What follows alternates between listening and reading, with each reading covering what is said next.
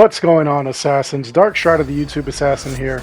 And I keep hearing these really bad takes every time we argue about Assassin's Creed Valhalla. People are constantly bringing up that it's the best-selling Assassin's Creed of all time. Well, you know what? Let me explain a couple of things to you.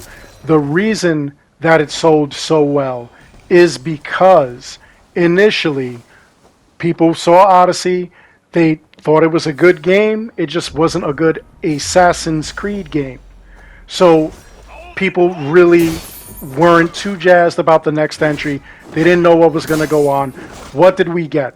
We got Vikings, we got Odin is with us, and most of all, we got the Hidden Blade. So that right there was enough to get people all hyped up to play this game. People got excited for it. That caused the pre-orders. Now, a bunch of people say, oh, you know, like it sold so well, it sold so many units in its first week and everything. Well, I got to tell you, first of all, Assassin's Creed 3 still holds the record in terms of franchise unit sales during a launch quarter. In the first quarter that it sold, it actually sold over 12 million units by the end of December. Now, okay, Assassin's Creed Valhalla was released in November. Still, people pre-ordered it, people bought it and everything like that.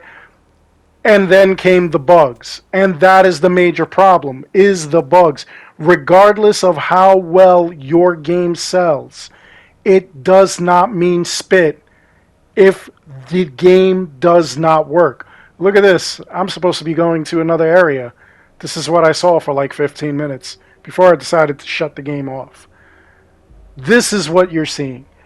So, regardless of how well received or how well it sells, the sales are diminishing as you go along. Why is that? Nobody's buying it. Nobody's suggesting to buy it. People are seeing YouTubers have problems. They're not buying it. Some people are buying it because they're just like, whatever, you know, it's on sale. It went on sale real quick for $30, which is absolutely ridiculous for it to go so quick. You really don't see that till like what, the 9th month, a year. But it was on sale real quick. It was almost half price. I want to say like a little after Christmas, in fact. So there are a lot of issues there going on. Now, if you want to talk about sales and whatnot, I'll tell you right now, Cyberpunk 2077 outsold it by 13.7 million copies. So now they beat even Assassin's Creed 3. Now you've got 13.7 million copies, obviously beating Valhalla. But what does that mean? Nothing. Do you know why? Because Cyberpunk 2077 was so bugged that people got refunds. We don't hear about the returns. We don't hear about the refunds. We just hear about how well they did for the quarter, how well they did for the first quarter. Meanwhile, what ended up happening? They ended up removing it from the PlayStation Store, which is something you've never seen any company do. It stayed on Microsoft's store, but it was totally removed from the PlayStation Network until they were convinced that it was fully functional, that they wouldn't have to issue refunds and whatnot. And CD Projekt Red did not release those numbers. And right now, to this day, I still don't know anybody who bought Cyberpunk 2077, got a refund, had to return their copy.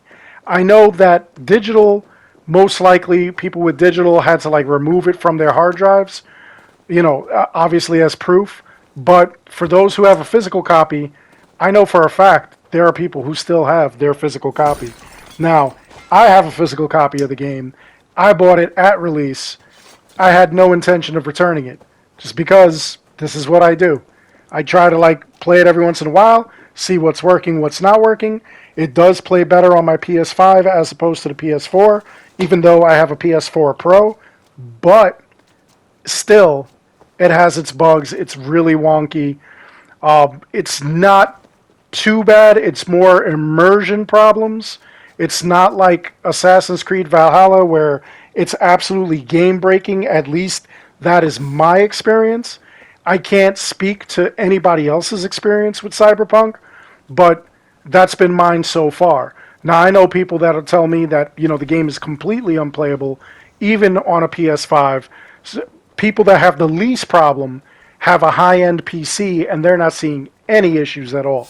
So, I don't know what that says about the game. I don't know if it's just a matter of luck or, just complete monstrosity of a game that just messes up. I don't know. All I know for a fact is that those were the numbers. You could easily defend Cyberpunk if you're going to go by the same thing. If you're going to defend Valhalla with sales numbers, you can easily do the same with Cyberpunk 2077. That doesn't change the fact that these games were a buggy mess. What it does mean, though, is that one company was held accountable while the other company was left completely alone, and that's not fair. Now, I know that there's going to be a couple of people that are still going to throw out the numbers of, the sales and everything like that. That's all well and good. The game is still selling. I'm not going to say it's not. But the thing is that it's not selling very well, number one. Number two, it's not being played as much as it did initially.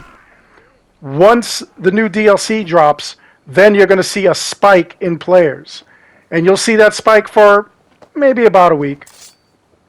People will finish the DLC, then they'll disappear. Then there'll be a spike when there's another festival or another event or something like that. That's when you'll see your spikes. Until then, you really cannot use initial sales numbers as your deciding factor when you're talking about this game. That does not make a game good. There are movies that are out there that did not do very well in the box office, but they're cult classics for people on home systems. When they order it, online, they order a movie, they decide to go and purchase the movie. Napoleon Dynamite was not really well received in the theaters. I didn't even know what the heck it was about initially. I saw it with a friend. He rented it on DVD. We were laughing maniacally. I went out and bought my own copy. Once it got home, it was hilarious. People started watching it. People got into it and everything. Maybe it's not your humor. Everybody has a different sense of humor, but for a lot of people, it was like completely quotable, a lot of fun, and enjoyable. So we can't go by the numbers. We can't say that the movie sucked because of the numbers, because of the initial sales, because of ticket sales. That doesn't make any sense at all. And this is the same thing that I'm saying as far as the game. So, again, I know there's going to be those people that are going to come out and they're going to say, yeah, but look, these numbers. Show me how many people are playing daily. Show me how many people are playing weekly. Show me how many people have stopped because of bugs and all kinds of things like that. And then you put that data together, you put that number crunch, and you give me the statistics then. If it's still continuing and everything like that, if players are still playing it, if this is outplaying a whole bunch of other single player games, which I know it's not, single player or multiplayer, then no, you don't have a valid argument. But let me know what your thoughts are. Do you think that the initial sales, that the pre-orders and everything, that correlates to success? Do you think that alone means that this is a fantastic game? Or do you think that that's bupkis? It means absolutely nothing. I'd love to hear from you in the comments below. Other than that, I really do hope you enjoyed the video. Please make sure you like and subscribe. It helps this channel out an awful lot. As always, I want to thank each and every one of you for watching. Until next time, take care, be good, stay safe, take care of each other. I'll see you guys all in the next one. And we're going to end this one on a ya yeet, especially for you number crunchers. Ya yeet. Ya yeet!